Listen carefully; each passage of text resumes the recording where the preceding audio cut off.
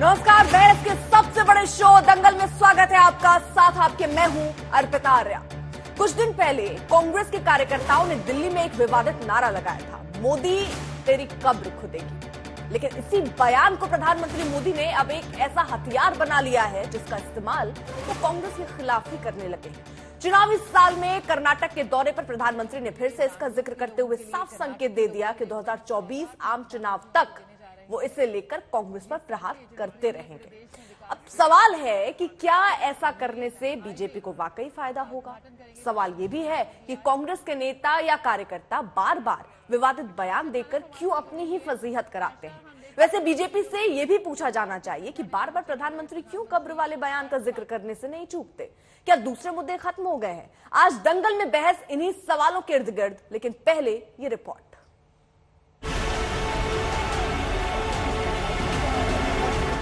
कर्नाटक में इसी साल चुनाव है और अपने चुनावी दौरे पर प्रधानमंत्री मोदी ने राज्य पर 16,000 करोड़ के सौगातों की बारिश कर दी। मौका कई परियोजनाओं के उद्घाटन और शिलान्यास का था, लेकिन बारी प्रधानमंत्री के उस पलटवार की भी थी जिसका प्लॉट कांग्रेस ने खुद तैयार किया था।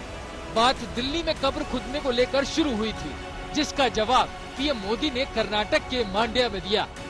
कांग्रेस मोदी की कब्र खोदने का सपना देख रही है। कांग्रेस मोदी की कब्र खोदने में बिजी है और मोदी बेंगलुरु मैसूरू एक्सप्रेस वे बनाने में बिजी है। कांग्रेस मोदी की कब्र खोदने में व्यस्त है और मोदी गरीब का जीवन आसान बनाने में व्यस्त है। मोदी की कब्र खोदने का सपना देख रहे कांग्रेसियों को पता नहीं है कि देश की करोड़ों माताओं बहनों बेटियां, देश के लोगों का आशीर्वाद मोदी का सबसे बड़ा सुरक्षा कवच है। कर्नाटक के तेज विकास के लिए डबल इंजन सरकार जरूरी है।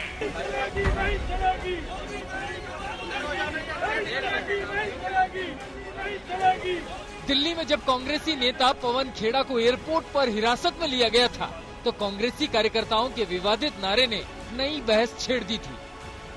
कांग्रेस को भी लग गया था कि अति उत्साही कार्यकर्ताओं का नारा उनके लिए सियासी नतीजों और भविष्य के लिहाज से घातक साबित हो सकता है। और हुआ भी यही। पूर्वोत्तर के 3 राज्यों में विधानसभा चुनाव में बीजेपी का प्रदर्शन कांग्रेस पर भारी पड़ा। बीजेपी त्रिपुरा, नागालैंड और मेघालय में सत्ता में वापस आई। ऐतिहासिक जीत के भी दिन दिल्ली के बीजेपी मुख्यालय से मोदी ने कांग्रेस के कब्र वाले बयान पर निशाना लगाया था। जब कुछ लोग मोदी की कब्र खोदने की ख्वाहिश कर रहे हैं,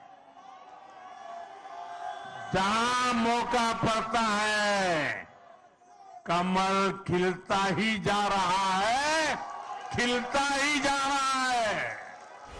सवाल है कि क्या कांग्रेस का कब्र वाला बयान उनके ही गले की हड्डी बन गया? क्या कांग्रेस कार्यकर्ताओं ने अपनी ही पार्टी के पैरों पर कुल्हाड़ी मार ली है? क्या कांग्रेस ने बिना मांगे ही पीएम मोदी को हमले के लिए बड़ा हथियार दे दिया है? क्या 2024 चुनाव में बीजेपी और मोदी कब्र वाले बयान पर ही अपने प्रचार की धुरी का निर्माण करेंगे? सवाल ये भी है कि कांग्रेस हर बार या बार बार विवादित और गैर जरूरी बयानबाजी की चूक क्यों करती है? सियासत में इतना बड़ा जोखिम क्यों उठाती है? कांग्रेस का ये बयान उस आम आदमी पार्टी के लिए भी एक सबक है, जिसके नेता या कार्यकर्ता भी गाहे बगाहे पीएम मोदी के लिए अमर्यादित भाषा का इस्तेमाल करते हैं, क्योंकि 2 मार्च को प्रधानमंत्री ने आप पर भी निशाना साधा था। कुछ लोग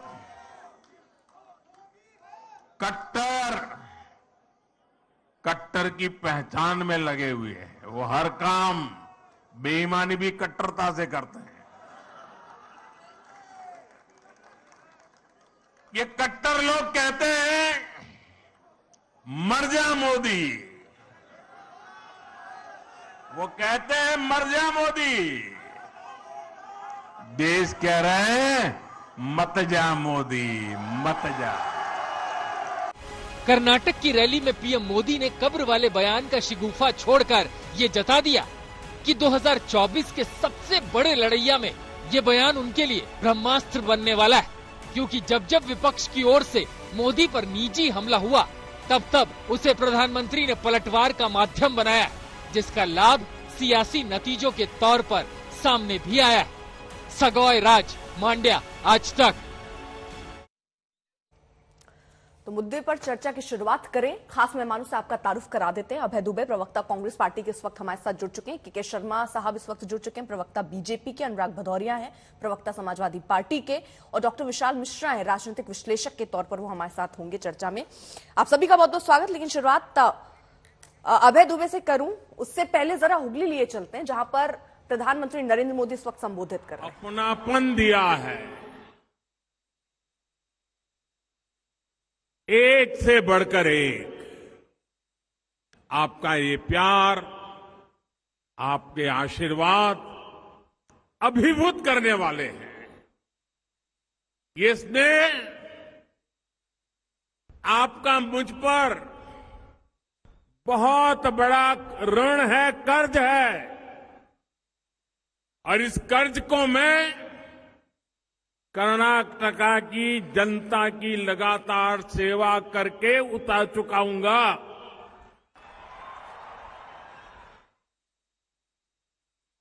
कर्नाटक के प्रत्येक व्यक्ति का जीवन खुशहाल हो, यहां के नौजवानों को आगे बढ़ने के, रोजगार के लगातार नए अवसर मिले, यहां की बहन बेटियां और सशक्त हो, इसी दिशा में हम मिलकर काम कर रहे हैं। भाजपा की डबल इंजन की सरकार कर्नाटक के हर जिले, हर गांव, हर कस्बे के पूर्ण विकास के लिए ईमानदारी से प्रयास कर रही है। आज धारवाड़ की इस धरा पर विकास की एक नई धारा निकल रही है। विकास की ये धारा हुबली धारवाड़ के साथ ही पूरे कर्नाटक के भविष्य को सींचने का काम करेगी, उसे पुष्पित और पल्लवित करने का काम करेगी। साथियों, सदियों से हमारा धारवाड़, मलेनाडु और बयालूसी में, इसके बीच गेटवे टाउन यानी द्वार के रूप में जाना जाता रहा है। अलग अलग क्षेत्रों के यात्रियों के लिए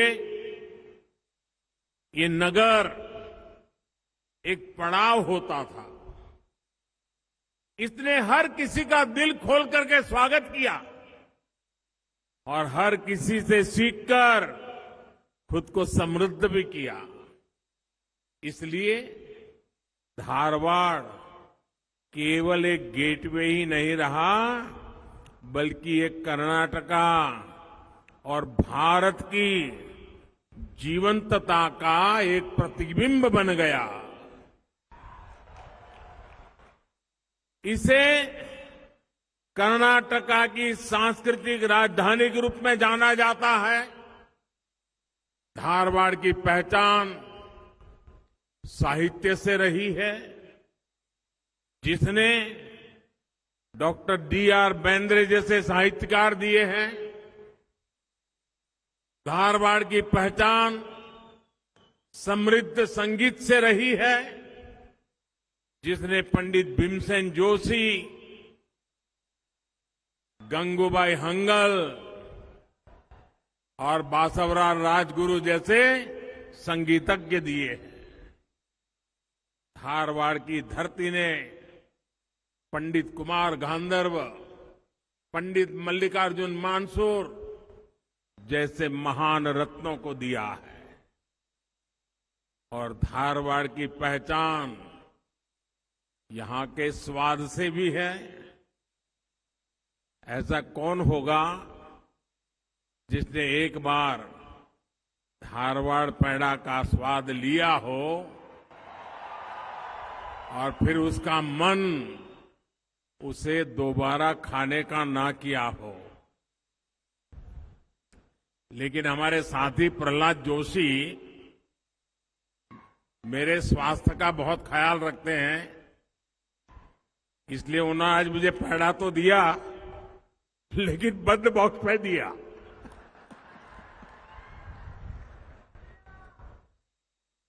साथियों, आज धारवाड़ में आईआईटी के नए कैंपस की दोहरी खुशी है।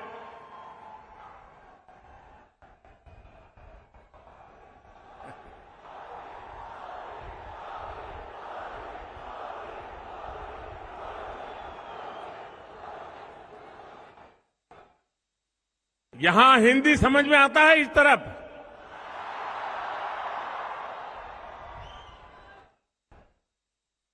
ये कैंपस धारवाड़ की पहचान को और मजबूत करने का काम करेगा। साथियों, यहां आने से पहले मैं अभी मंडिया में था। मंडिया में मुझे बेंगलुरु मैसूरू एक्सप्रेसवे कर्नाटका की और देश की जनता को समर्पित करने का सौभाग्य मिला। ये एक्सप्रेसवे कर्नाटका को दुनिया के सॉफ्टवेयर और टेक्नोलॉजी हब के रूप में और आगे ले जाने का रास्ता तैयार करेगा। अभी कुछ ही दिन पहले बेलगावी में कई विकास परियोजना का लोकार्पण और शिलान्यास हुआ था। शिवमोगा में कुवेम्पु एयरपोर्ट का इनॉग्रेशन भी हुआ था और अब धारवाड़ में आईआईटी का ये नया कैंपस कर्नाटका की विकास यात्रा में नया अध्याय लिख रहा है। एक इंस्टीट्यूट के रूप में यहां की high tech facilities IIT Dharwad को वर्ल्ड के बेस्ट इंस्टीट्यूट के बराबर पहुंचने की प्रेरणा देंगे। साथियों, ये संस्थान भाजपा सरकार की संकल्प से सिद्धि का भी उदाहरण है। 4 साल पहले फरवरी 2019 में मैंने इस आधुनिक इंस्टीट्यूट का शिलान्यास किया था। बीच में कोरोना काल था, काम करने में अनेक दिक्कतें थी, लेकिन उसके बावजूद भी मुझे खुशी है कि 4 साल के भीतर भीतर आईआईटी धारवाड़ आज एक फ्यूचरिस्टिक इंस्टीट्यूट के रूप में तैयार हो चुका है। तो प्रधानमंत्री नरेंद्र मोदी डबल इंजन सरकार कैसे काम कर रही है, उन उपलब्धियों को गिनाते हुए जब जनता के बीच पहुंचे हैं। लेकिन एक और चीज जो प्रधानमंत्री नरेंद्र मोदी बहुत तेजी के साथ कर रहे हैं, वो कांग्रेस पार्टी के वो बयान हर जनसभा, हर रैली अब तकरीबन दिख रहा है, जहां पर कांग्रेस पार्टी ने और उनके कार्यकर्ताओं ने कह दिया कि प्रधानमंत्री नरेंद्र मोदी के लिए कि उनकी कब्र खोदेगी, और इस पर वो कांग्रेस पार्टी घिरती नजर आ रही है। अभय दुबे, चर्चा की शुरुआत मैं आपके साथ ही करना चाह रही हूं। आपको लगता है कि अपने पैर पे कुल्हाड़ी मार ली कांग्रेस के नेताओं ने ऐसे बयानों से? अर्पिता जी, जानती हैं आप, जितने सर्वे रिपोर्ट कर्नाटका की आ रही है उसमें भारतीय जनता पार्टी बुरी तरह परास्त होती हुई दिखाई दे रही है। यहाँ तक कि आपके खुद का भी जो सर्वे है उसमें इस बात का स्पष्ट उल्लेख होता है। कर्नाटक के विकास को भारतीय जनता पार्टी की सरकार ने 40% कमीशन की कब्र में नीचे गहरा दफना दिया है। बसवराज एक हुबली के ठेकेदार है, प्रधानमंत्री जी को चिट्ठी लिखते हैं, प्रधानमंत्री जी कोविड के समय मैंने सप्लाई की थी, आज तक पैसा नहीं मिला और 40% कमीशन मांगी जा रही है। मेरे पास घर का किराया देने को नहीं है। येरी स्वामी। अभय जी, कहीं ऐसा तो नहीं हुआ कि मैंने जो सवाल पूछा वो आप तक पहुंचते पहुंचते शायद बदल गया हो? मैं दोहरा दूं क्या एक बार फिर से सवाल? मैं दोहरा रहा हूँ ना, मैं बता रहा हूँ आपको क्या हो रहा है वहां का। हाँ। सच सच सुनना चाहिए देश को। इतना प्रसिद्ध आपका शो है। येरा स्वामी 15 लाख रुपए का माल सप्लाई किया था। प्रधानमंत्री जी को चिट्ठी लिखी कि 40% कमीशन मांग रहे। जानते क्या हुआ? आईपीसी के सेक्शन 406 में सर मैं एक चीज आपको कहना चाहती हूँ, आपने ये सारी चीजें गिनाई अभी भी, और आप ये जनता के सामने भी कांग्रेस पार्टी गिना रही है, हर चुनाव दर चुनाव गिना रही है, यहां पर बैठ के भी आपके प्रवक्ता नेता गिनाते हैं सर। लेकिन जमीनी हकीकत समझिए कांग्रेस पार्टी का क्या हाल हो रहा है। अगर ये बातें जनता के जहन में बैठती तो कांग्रेस पार्टी इतनी गर्त में नहीं जाके उभरती। मेरा सवाल बयानों पर है सर, मैं एक बार फिर से दोहरा देती हूं अभय जी, पूरी चर्चा पड़ी होती है, आराम से जवाब दीजिएगा ना, अपनी पूरी बात रखिएगा। लेकिन मैं जरा ये समझना चाह रही हूं कि ऐसे बयान से क्या आपको लगता है अपने ही पैर पर कुल्हाड़ी मार ली जाती है? मैं गिना दूं, मैं थोड़े से बयान गिना देना चाहती हूं। सुबोधकांत सहाय जो कहते हैं हिटलर की मौत मरेगा मोदी, शेख हुसैन कहते हैं कुत्ते की मौत मारने की बात उन्होंने कही, अय्यर ने कहा कातिल हैं, कमलनाथ ने कहा पिता दादा को लेकर जो जबरदस्त टिप्पणी की थी, तरुण गोगोई ने हिंदू जिन्ना कहा, दिग्विजय सिंह ने पीएम की तुलना जनरल डायर से कर दी, अधीर रंजन ने मोदी की तुलना गंदी नाली से कर दी, संजय निरुपम ने औरंगजेब का अवतार बताया, प्रियंका गांधी ने दुर्योधन से तुलना कर दी, सलमान खुर्शीद ने बंदर से तुलना कर दी, मनीष तिवारी ने दाऊद इब्राहिम से तुलना कर दी, बेनी प्रसाद वर्मा ने पागल कुत्ता कह दिया, इमरान मसूद ने टुकड़े टुकड़े करने की बात कह दी, सोनिया गांधी जहर की खेती मौत का सौदागर ये बयान देती हैं, रेणुका चौधरी वायरस बताती हैं, और अब ये कब्र खुदेगी वाली बयान। ये सारे बयान आखिरकार क्यों? क्या आप सबक नहीं लेते हैं जो 20 सितंबर 2018 को राहुल गांधी ने कहा हिंदुस्तान का चौकीदार चोर है, और उसके बाद हमने देखा क्या बदला? क्या अपने बयानों से कांग्रेस पार्टी अपने पैर पर कुल्हाड़ी नहीं मारती है सर? आपका कहने का आशय ये कि ये बयान देने से कांग्रेस पार्टी चुनाव हार जाती है अर्पिता जी? अगर ऐसा है तो मध्य प्रदेश, छत्तीसगढ़, राजस्थान, उसके बाद बिहार, दिल्ली, उड़ीसा, पुदुचेरी, तमिलनाडु, भारतीय जनता पार्टी कई चुनाव हारी इन बयानों के बाद। तो क्या इसका अर्थ है कि वहां की जनता ने इन बयानों को स्वीकार लिया? कतई नहीं। एक संतोष पाटिल है जो भारतीय जनता पार्टी का कार्यकर्ता, युवा वाहिनी का, हिंदू युवा वाहिनी का कार्यकर्ता, उसने मोदी जी को चिट्ठी लिखी और आत्महत्या कर ली कि बसव राज में 40% कमीशन खाई जा रही। उच्च न्यायालय के न्यायाधीश, उन्होंने सार्वजनिक रूप से टिप्पणी की। उनका नाम है एचपी संदेश, कर्नाटक के। उन्होंने कहा कि मैं अगर एसीबी के अधिकारी के खिलाफ बात करता हूं तो मुझे हटाने की धमकियां दी जाती। ये परिस्थितियां निर्मित हो गई। प्रधानमंत्री जी, एक किसान 209 किलो प्याज लेकर कर्नाटक में, आप जहां सभा संबोधित कर रहे थे, बेंगलुरु गया, 8 रुपए उसको उसका पारिश्रमिक मिला। आप जानते हैं बद से बदतर स्थिति कर्नाटका के लोगों की कर दी आपने, और आप सिर्फ भावनात्मक बातें करते प्रधानमंत्री। यानी आपका कहना है, एक सेकेंड अभय जी, जो मैं समझ पा रही हूँ, इन बयानों से कोई फर्क नहीं पड़ता, ये कब्र खुदेगी वाले बयान से भी कांग्रेस पार्टी को कोई नुकसान नहीं होने वाला है ना सर? भ्रष्टाचार कर्नाटक में मुद्दा है, 40% कमीशन, वो गुल खिलाएगा भारतीय जनता पार्टी के लिए कि लोकसभा की, आप खुद बताएं, 17 सीटें कम होने वाली बीजेपी की। ठीक है सर, लेकिन ये बयान कोई असर नहीं डालेंगे ना आप? मतलब कांग्रेस पार्टी ये मानती है ऐसे बयानों से कोई फर्क पड़ने नहीं वाला है ना सर? भाजपा सरकार के काम पर वहां वोट होंगे और कांग्रेस पार्टी के बयान का कोई असर नहीं होगा। सीधी सी बात ना, यही समझ रही हूँ मैं, सही समझ रही हूँ ना सर? अगर परिणाम आ जाएंगे ना अर्पिता जी, तब आप, अगर आपका आधार यही है तो आपको स्वीकारना पड़ेगा। ठीक है, नहीं सर, मैं तो एक सवाल ही पूछ रही हूँ ना सर। मैं यही समझ रही हूँ कि ऐसे बयानों से कांग्रेस पार्टी को ये लगता है कि कोई नुकसान नहीं होने वाला। ठीक है, जरा मैं बीजेपी का रुख कर लेती हूँ। के शर्मा, आपको लगता है कि उनको तो वो मान रहे नुकसान नहीं है, क्या बीजेपी को लगता है कोई फायदा होगा? क्योंकि प्रधानमंत्री नरेंद्र मोदी बार बार ऐसे मुद्दों को हर चुनावी सभा में बोलते हैं, वो क्या कब्र खोदेगी, वो कह रहे हैं कि जनता साथ है। आपको लगता है ऐसे बयानों से फायदा बीजेपी को होगा? देखिए अर्पिता जी, कितना आश्चर्य का विषय है। देश के प्रधानमंत्री मोदी जी, जो केवल मोदी जी नहीं, एक देश का प्रधानमंत्री एक संस्था होता है, और उसके प्रति इतने अपशब्द और गालियां बकने के बावजूद कांग्रेस के प्रवक्ता कितनी बेशर्मी के साथ उसे जो है सही ठहरा रहे हैं। ये यानी आश्चर्य है, क्या स्तर हो चुका है कांग्रेस पार्टी का, इतने निचले स्तर तक गिर चुके हैं। मोदी तेरी कब्र खुदेगी, मर जा मोदी, मर जा मोदी, बोटी बोटी काट देंगे, ये सज जो सपा में भी रह चुके हैं, सपा के भी शिरोमणि हैं ये बयान देने वाले। तो इस तरह की बयानबाजी करते हैं आप लोग, और देश के क्या विश्व के सबसे लोकप्रिय नेता के प्रति कर रहे हैं, और इसके बाद आप उसकी जो है उसको डिफेंड भी करते हैं। तो आश्चर्य है। और भविष्यवाणी गा रहे हैं कर्नाटका की। नहीं, अभी लेकिन आपने के. देखा, शर्मा आपने साहब, ठीक कहा, लेकिन ऐसा मोदी जी ने है उसका ना, उल्लेख किया है। लेकिन ऐसा मानिएगा ना कि आपने जो काम किया है उसको गिनाइए ना।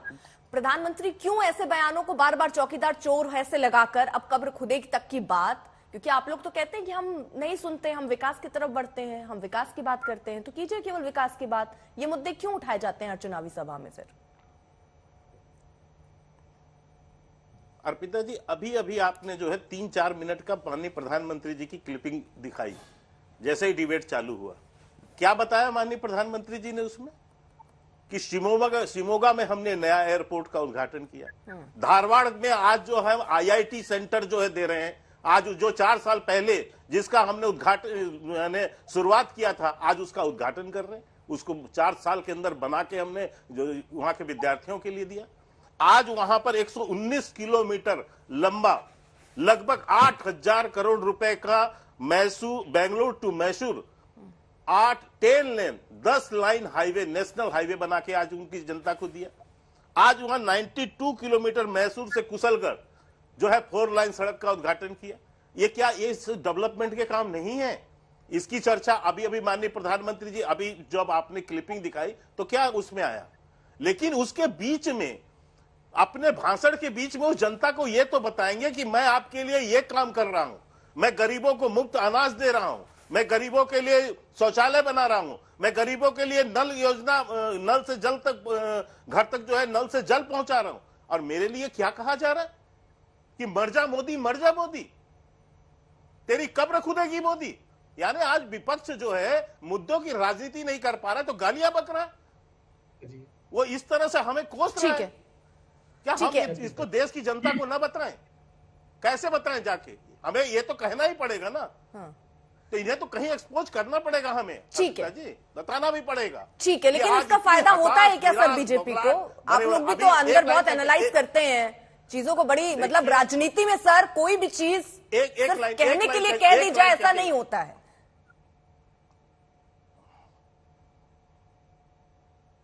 नहीं, मैं एक लाइन कह के खत्म करता हूं। निश्चित तौर से जो लोग आज जो है माननीय प्रधानमंत्री जी की देश में 72-75% लगभग, आपके ही रिपोर्ट्स हैं, हमारे नहीं है, उनकी लोकप्रियता है। आज विश्व में उनकी सबसे ज्यादा लोकप्रियता है। और आप ऐसे नेता को जब अपशब्द बोलेंगे, गाली बकेंगे, तो जनता को अंदर दर्द होता है, उसकी मरने की कामना करेंगे, मरने का प्रकार बताएंगे। ठीक है, और अभी इन्होंने कहा मैं कि ये तो कर्नाटक की भविष्यवाणी कर रहे हैं। अर्पिता जी, मैं केवल एक लाइन कहता हूं, अभी अभी 3 राज्यों के चुनाव हुए हैं। ये तीनों राज्यों में कांग्रेस हुआ करती थी, जनता ने सफाया कर दिया, 0 पर खड़ी है। कहीं कांग्रेस एक राज्य में भी नहीं है, ना मेघालय, ना नागालैंड, ना त्रिपुरा। ठीक है, 0 सीट पर खड़ी है नागालैंड में। इसके बावजूद सबक नहीं आता आप लोग को। ठीक है, अबे जी जल्दी से 10 सेकंड में फिर मैं अनुराग भदौरिया और ठीक है के शर्मा जी, ठीक है, अब है दुबे। देखिए, पढ़ लिख कर आना चाहिए। तीनों राज्यों में कांग्रेस पार्टी की सरकार नहीं थी। दूसरी बड़ी बात, फिर प्रधानमंत्री जी क्या कहेंगे? प्रधानमंत्री जी कहेंगे कि किसान भाइयों, मैंने आमदनी 2 गुना हुआ ही करती थी, 2 गुना का वादा किया था, 27 रुपए प्रतिदिन रह गई। प्रधानमंत्री जी कहेंगे बहनों भाइयों, 400 रुपए। अबे दुबे जी, मैं आपको इसलिए सर रुकिए ना 1 सेकंड सर, 1 सेकंड। अबे दुबे जी, एक बहुत बेसिक सा सवाल मैं आपसे जानना चाहती हूँ सर, एक प्रवक्ता के तौर पर जरा बताइए। अबे दुबे जी, एक बात बताइए ना, आप लोग तो हर बार ये गलतियां, बीजेपी सरकार ने विकास नहीं दिया, बेरोजगारी बढ़ा, महंगाई हुआ, तो बीजेपी अच्छा कर रही है, कांग्रेस पार्टी का वो परफॉर्मेंस नहीं, कमियां हैं उनमें, वो कमियां जनता नहीं स्वीकार कर रही है। सर ये तो आप लोग स्वीकार, क्या कोई ऐसा एनालाइज नहीं करती है, या सिर्फ कहने मात्र से कि लीजिए सोचा है आपने कब होगा बदलाव? अर्पिता जी, महाराष्ट्र में 25 साल महाराज ये 3 स्टेट थी, चलिए मान लिया नहीं थी, लेकिन कभी तो थी सर, यहां वापस नहीं आए, पर बैठे हुए हैं। मेरा भी जवाब आप ही दे देना चाहती हैं क्या? मुझे सवाल पूछो ना, आप उपचुनाव मत गिनाइए ना सर। हाथ में जब इतनी बड़ी चीजें सामने चुनाव की बात करें तो सर जायज नहीं लगता। छत्तीसगढ़, राजस्थान मोदी जी के प्रधानमंत्री बनने के बाद ही जीती भी थे, बिहार भी हम लोग जीते है। मुझे बता दीजिए उत्तर प्रदेश और गुजरात जैसे बड़े प्रांत को क्या किया, कर्नाटक में क्या किया, मध्य प्रदेश में। अब मैं पूछना चाहता हूं, हाईवे का उद्घाटन की बात कर रहे हैं, आधा अधूरा हाईवे, ये आज तक की रिपोर्ट कह रहे हैं उसमें आधे से ज्यादा पद खाली पड़े, 36% स्टाफ नहीं है। यही हाल आए, उद्घाटन की राजनीति कर रहे हैं, वास्तविकता का धरातल नहीं है। प्रधानमंत्री जी करोड़ रुपए मैंने मेरे उद्योगपति भाई को रोज कमाने का जिम्मा ले लिया किसानों के। इसलिए यही कहना पड़ेगा कि खुद पर वो victim card Bharatiya Janata party, हमारे भी प्रधानमंत्री जी, उनके प्रति कोई असंवेदनशील बात नहीं की जानी चाहिए।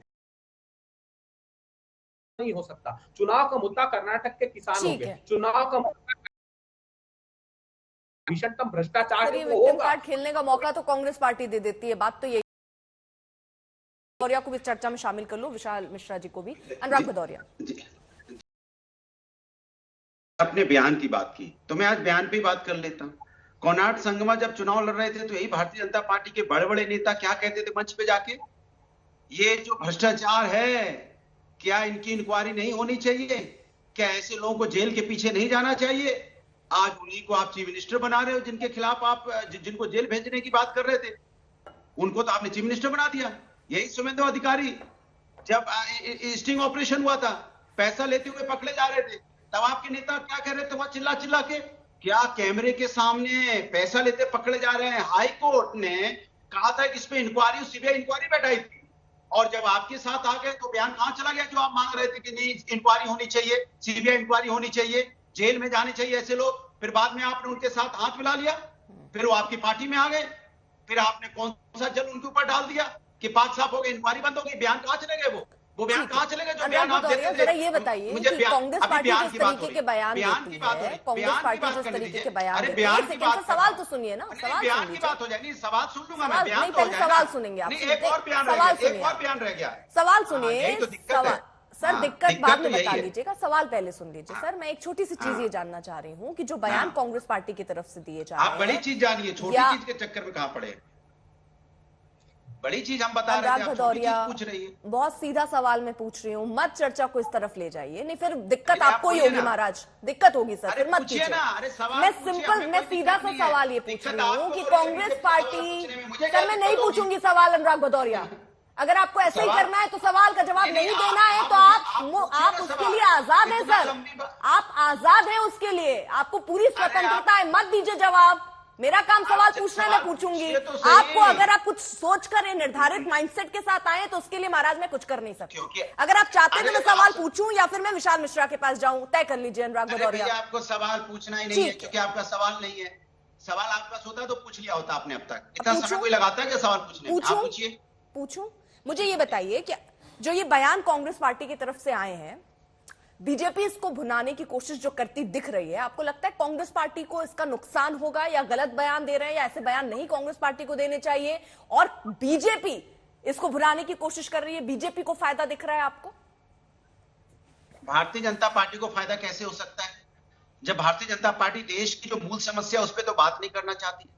मूल समस्या क्या है देश की? महंगाई पर। सुन तो लीजिए, मेरी बात सुन लीजिए, अब आप उसमें यस नो में सवाल मत पूछिए, मैं आपको जवाब दे रहा हूं। मैं कह रहा हूं कि जब भारतीय जनता पार्टी ने क्या सपना दिया था यहाँ पे सरकार में आने के लिए, इस पे इस पे चुनाव नहीं लड़े थे कि दूसरी पार्टी उनको क्या कहती है, वो चुनाव किस पे लड़े थे? क्या हम आएंगे तो किसानों की इनकम दुगनी हो जाएगी, हम आएंगे 2 का रोजगार होगा, हम आएंगे अर्थव्यवस्था देश की मजबूत होगी, किसान पैरों पे खड़ा होगा, हर घर में संपन्नता होगी, महंगाई एकदम कम हो जाएगी, डीजल पेट्रोल सस्ता हो जाएगा। ये बोल के आए थे ना, ये बोल के तो नहीं आए थे हम जब आएंगे तो आपको लाइन में लगा देंगे, 4 किलो चावल 5 किलो आटा मिलेगा आपको पैरों पे खड़ा नहीं करेंगे, आपको लाइन में लगाएंगे। आपके बच्चों की फीस कहां से आएगी? फिर बच्चों की फीस कौन देगा? अभी फिर मैं कुछ कह दूंगी तो आपको बुरा लगेगा। समाजवादी पार्टी ने उत्तर प्रदेश चुनाव में ये मुद्दे नहीं उठाए थे कि नहीं उठाए थे महाराज? बिल्कुल। कहां गए आप?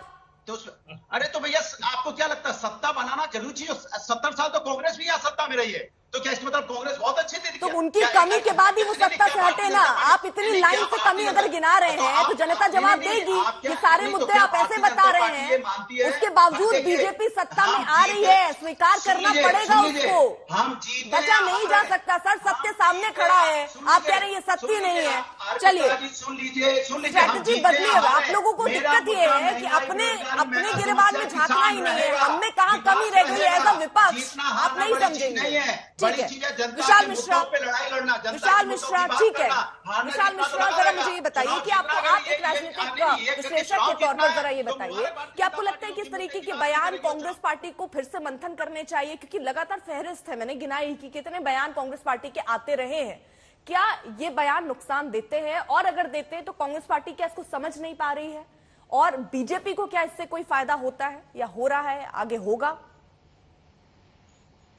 अर्पिता जी, अभी आपकी स्क्रीन पे ही चल रहा है कि किस प्रकार से क्या क्या बयान दिए गए, और आपने अभी बोलकर भी बताया था कि किस किस प्रकार के अलंकारों का उपयोग किया गया था। अब मैं एक सवाल पूछना चाहता हूं आपके पैनल पर बैठे हुए जो भी इस प्रकार के बयान देते हैं, मैं इनसे पूछना चाहता हूं कि इस प्रकार के बयान देकर आप आने वाली पीढ़ियों को क्या संदेश देना चाहते हैं। मैं बहुत विनम्रता से बात कर रहा हूं, मुझे आप जरा समय दीजिएगा, बहुत संवेदनशील विषय है ये।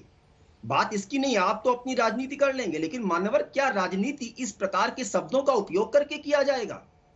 मैं बहुत ही विनम्रता से पूछना चाहता हूं मान्यवर, what are you trying to give your next generation? आप अपने आप को राजनेता कहते हैं, आप एक मंच पर खड़े होते हैं और मंच पर खड़े होकर इस प्रकार के बयान दिए जाते हैं। बीजेपी के बारे में कह रहे हैं, सुन लीजिए, मैं अच्छा बीजेपी के बारे में कह रहे हैं ना, सही बात है, सही कह रहे हैं। अरे मैं बोला नहीं, भूल जाते हैं मान्यवर, अनुराग भदौरिया लड़के हैं, लड़कों पे जल्दियां हो जाती है। हाँ भूल गए ना, बात कर रहे हैं आप, किन नेताओं की बात कर रहे हैं, किन नेताओं की बात कर रहे हैं? वो नेताओं जिन्होंने देश को वादा किया था हम आएंगे तो यहाँ 5 ट्रिलियन इकोनॉमी होगी, किन नेताओं की बात कर रहे हैं? ठीक है अनुराग भदौरिया अपने टर्न पर बोलिएगा।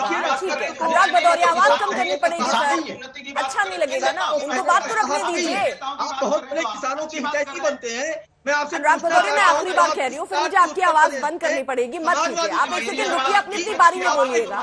विशाल मिश्रा, ठीक है उनको बोलने दीजिए महाराज, रुकिए। अनुराग भदौरिया, महाराज के कैबिनेट की पहली मीटिंग में 36 लेकिन विशाल मिश्रा जी, सवाल तो देखिए बार बार ये वाजिब है। यहाँ सिर्फ एक दल की बात नहीं है, केवल कांग्रेस पार्टी की बात नहीं है, बीजेपी के भी कई नेता ऐसे बयान देते हैं, और कांग्रेस के पार्टी के पास भी एक लंबी फहरिस्त है, चाहे वो सोनिया गांधी को लेकर और प्रियंका गांधी को लेकर तमाम बयान बीजेपी ने भी दिया है। तो निंदा तो दोनों ही दलों की होनी चाहिए।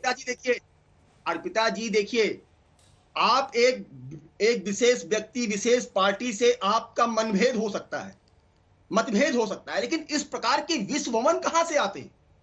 बिल्कुल सही कह रहे हैं आदरणीय प्रधानमंत्री जी। वो लोग जिनको 3 करोड़ से अधिक लोगों को पीएम आवास योजना मिली, 4 करोड़ से अधिक जिन लोगों को आयुष्मान योजना मिली, 6 करोड़ से अधिक जिन घरों में पानी गया, शौचालय बने, जिन लोगों को राशन मिल रहा है 80 करोड़ लोगों को, उन 130 करोड़ माताएं बहनें सबका आशीर्वाद सुरक्षा कवच के रूप में बनकर खड़ा हुआ है।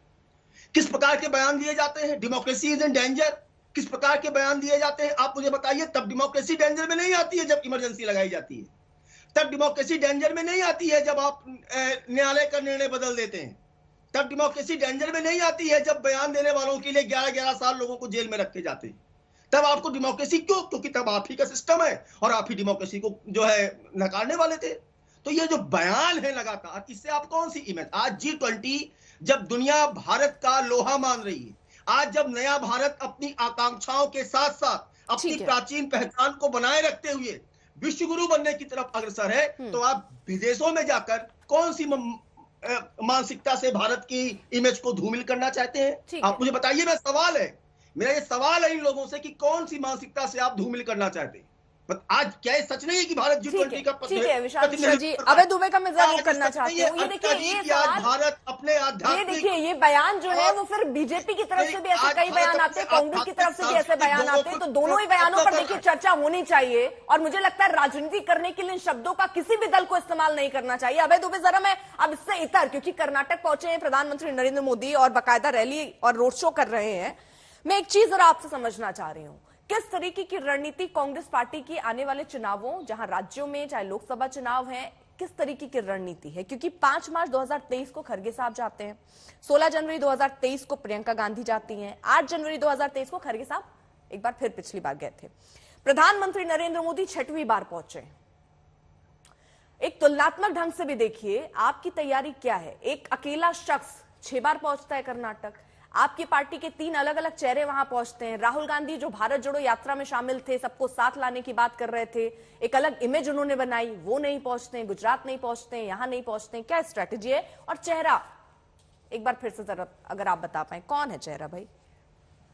देखिए, चेहरा तो वही करोड़ों किसान होंगे जो झूठे वादे से ठग लिए गए, वो महिला होगी जो महंगाई की आग में झोंक दी गई, वो 12 करोड़ युवा होंगे जो जिनको रोजगार के अवसर छीन लिए गए, 84% लोगों की आमदनी कम हो गई, वो चेहरा होंगे।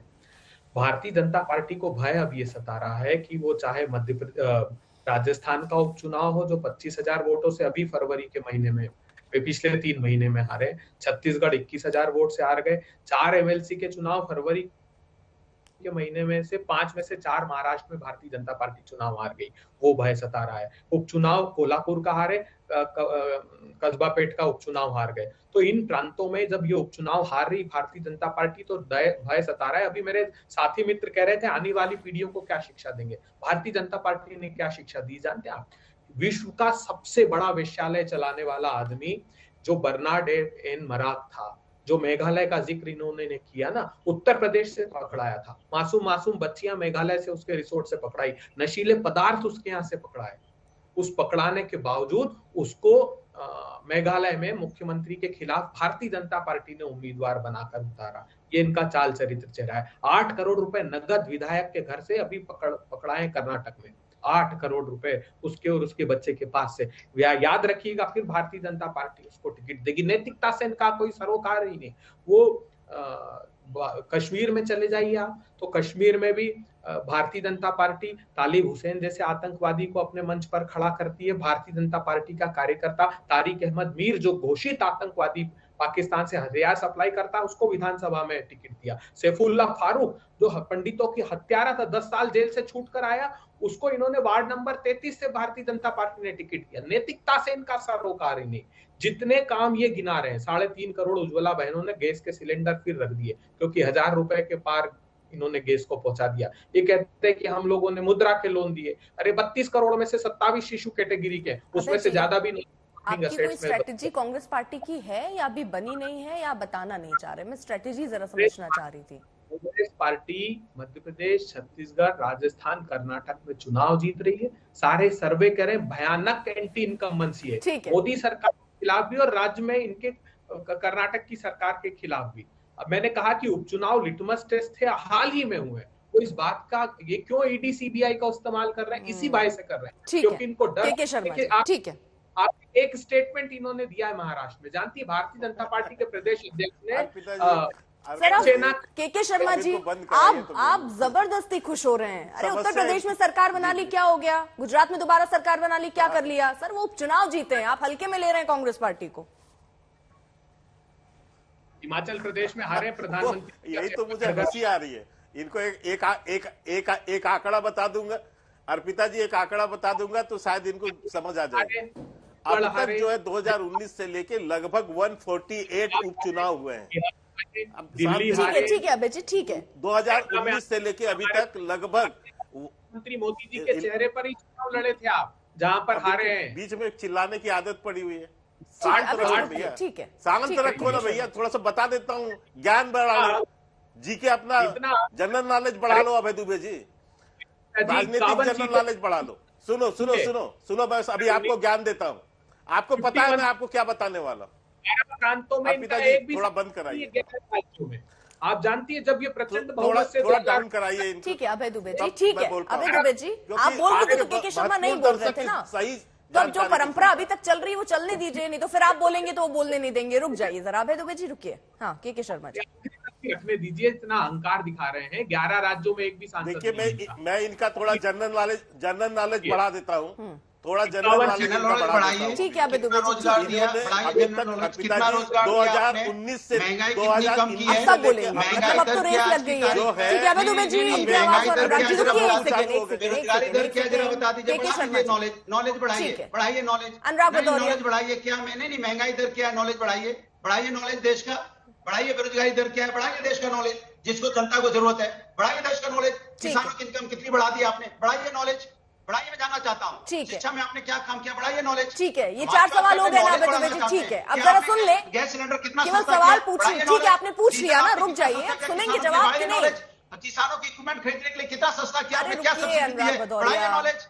नॉलेज बढ़ाना चाहते हैं लेकिन ठीक है। जनता की बात नहीं करेंगे। कौन सा हाँ। नॉलेज बढ़ाना चाहते हैं? ठीक है, चुनाव का। के.के. शर्मा चुनाव जी, का नॉलेज किसी को नहीं चाहिए। बढ़ाइए जरा, नॉलेज वो चाहिए जो जनता सवाल की उठा समस्या रहे हैं का उसमें समाधान कह रहे हैं का। नॉलेज नॉलेज बढ़ाइए करना उनकी। चाहते ठीक है, हैं। एक आप सेकेंड, चुनाव- ठीक है अनुराग नहीं, आप भदौरिया, दवाई किस लूटने का सवाल, नॉलेज एक बढ़ाना चाहते सेकेंड हैं। लेकिन अनुराग जनता की भदौरिया। समस्या के समाधान का नॉलेज नहीं बढ़ाना चाहते आप। वाह महाराज, जनता से पूरा कोई मतलब लेना जब नहीं है। तक अपना नॉलेज बढ़ा रहे हैं, तब कमाल तक है भाई। बोलते हम रहिएगा। नॉलेज बढ़ाना चाहते हैं। सर हो गया। जनता आपका चुनाव जीतने के सुनने के लिए नहीं बैठी है पिताजी, टीवी पे। मुझे जनता अनुराग बोलने का भदौरिया अवसर की आवाज देंगे। सुन जनता लीजिए। की है। सर और मजबूरी में पिताजी मुझे बोलने ये का करना अवसर पड़ता है, अच्छा थोड़ी लगता है। समाजवादी पार्टी को रिप्रेजेंट करने के लिए बैठे हैं आप लोग, प्रवक्ता के तौर पर बड़े बड़े पार्टियों के, और आपको समझ में नहीं आ रहा, लगातार बोले जा रहे। आपने पूछ लिया सर अपना सवाल, पूछ लिया, मैंने सुन लिया। के.के. शर्मा को रोक कर उन्होंने भी सुन लिया सवाल। अब जवाब भी तो ले लीजिए कि सवाल ही पूछते रहिएगा पूरे शो में। रुक जाइए के.के. शर्मा। अर्पिता जी, बस मैं इतना बता दूं कि 2019 से लेके अभी तक लगभग 148 उपचुनाव हुए हैं। उसमें हम 130 से ज्यादा उपचुनाव भारतीय जनता पार्टी जीती है। हो गया जवाब। इनको एक तो गणित ये समझना चाहिए। दूसरा मैं इतना बता दूं, पिछले 2022 में 7 राज्यों में चुनाव हुए हैं, 5 राज्यों में भारतीय जनता पार्टी चुनाव जीती। जनता का क्या अभी भला 3 क्या राज्यों बताओ? का मैंने इनको बता दिया। रुपया तो और पतला हो आपके गया। ज्ञान के लिए अभय जी बता दूं डॉलर के कि मुकाबले रुपया पतला 2019 हो में गया। 18 राज्य ऐसे थे जनता का भला क्या जहां किया है आपके बताओ? 0 सीट है। 18 राज्यों में सीट पे आपके चले 0 गए। सीट है, 7 राज्यों में 1 सीट है। कुल 36 राज्यों में 26 राज्यों में आपके पास 1 सीट। इसलिए आपकी स्थिति ये बनी हुई है। और पिताजी, ये बहुत बड़ा चोट लगने वाला आंकड़ा है, इसलिए शायद इनको समझ नहीं आ रहा है, इनको समझ नहीं पड़ रहा है। अब मैं एक बात और बता दूं। अभी आपने एक बड़ा अच्छा प्रश्न किया था विश्वसनीयता की। आपने कहा आप लोग बार बार ये इशू उठाते हैं लेकिन जनता आपकी बात नहीं मानती। सही बात है, जनता इसलिए नहीं सुनती है क्योंकि इनका जो नेतृत्व है वो झूठा है, विश्वसनीय नहीं, उसका विश्वास ही नहीं है जनता के बीच में। और ये विश्वसनीयता के कारण सुखराम याद है? क्योंकि उसकी पार्टी के अंदर विश्वसनीयता नहीं याद बची। है? पार्टी के नेता के.के. शर्मा जी, जरा अनुराग भदौरिया जो कह रहे थे, जब आप ज्ञानवर्धन कर ही रहे हैं तो पेट्रोल, डीजल, बेरोजगारी, महंगाई, इन सब पर भी ज्ञानवर्धन चाहेंगे ना। सिर्फ अगर अच्छे के लिए आप लोग पीठ थपथपाएंगे तो बुरे के लिए भी जिम्मेदारी उठानी पड़ेगी और लेनी पड़ेगी सर। हाँ, एक लाइन बोलना चाहता हूँ, ज्ञानवर्धन नहीं करेंगे। ठीक है, एक अनुराग लाइन भदौरिया कहना जी। चाहता हूँ बात, इसके बाद आप बुलवा लीजिए विकास इनको। भदौरिया जी, क्या मैं भदौरिया जी बोलने में एक लाइन बोल दूंगा, बस एक लाइन में। अब बोलिए बोलिए बस बोलिए। मैं इतना बताना चाहता हूं, जो समाजवादी पार्टी के प्रवक्ता ज्ञान दे रहे हैं कि ये मुद्दे सच्चाई ये है कि टीवी में आप आके चिल्लाते और जमीन पर आप रामचरितमानस को फाड़ना, रामचरितमानस को आग लगाना, जहर बोना, ये नीचे आप काम करते हैं। तो जनता आपकी सच्चाई जानती है। आपको ना महंगाई से लेना देना, ना बेरोजगारी से लेना देना, आपको जाति जहर बनना है। और यही देखो, एक प्रदर्शन बताओ मुझे, एक प्रदर्शन बताओ आपने किया हो, एक प्रदर्शन मुझे बताओ, मैं आप सभी को एक बोलूंगा, प्रदर्शन एक किया हो। ये मैं सामाजिक एकदम न्याय चीखा चिल्ली मचवा दिए हैं आप अनुराग भदौरिया। एक केवल सेकंड रुक जाइए। रामचरितमानस फाड़ो और आग के.के. लगाओ, शर्मा, यही काम रह गया तुम्हारा। आप भी एक सेकंड के.के. शर्मा, मेरे एक सवाल का जवाब दीजिए, क्योंकि आप बेरोजगारी, महंगाई, पेट्रोल, डीजल, ये बड़े मुद्दे हैं और ये बार बार दिख रहा है कि बीजेपी से ये सवाल पूछे जा रहे हैं और इसकी जिम्मेदारी, अगर आप ये कहते हैं कि हमने इतना विकास किया और उसके लिए आप चाहते हैं कि आपकी वाहवाही हो, आपके कंधे को थपथपाया जाए, तो सर ये जो नाकामियां उसको भी स्वीकार करना पड़ेगा और उस पर भी जवाबदेही आपकी ही होगी क्योंकि सरकार आपकी है। मैं जवाब देता हूँ। अभी आप तो कह दो कि जवाब सुनिए। और पिताजी बिल्कुल सही आपने कहा। हम ये कह रहे हैं कि महंगाई भी, बेरोजगारी भी, इसमें यदि है तो जनता को विश्वास किस पर है, कौन इसका और इस बीच बड़ी खबर आ रही है, आप सभी को रोक रही हूं। कुछ लोग भारतीय लोकतंत्र पर सवाल उठाते हैं। प्रधानमंत्री नरेंद्र मोदी का यह बयान, लंदन में राहुल के बयान पर प्रधानमंत्री मोदी का ये निशाना, इशारों में राहुल गांधी के उस बयान पर निशाना प्रधानमंत्री नरेंद्र मोदी साधते हुए नजर आ रहे हैं कि कुछ लोग भारतीय लोकतंत्र पर बाहर जाकर सवाल उठाते हैं।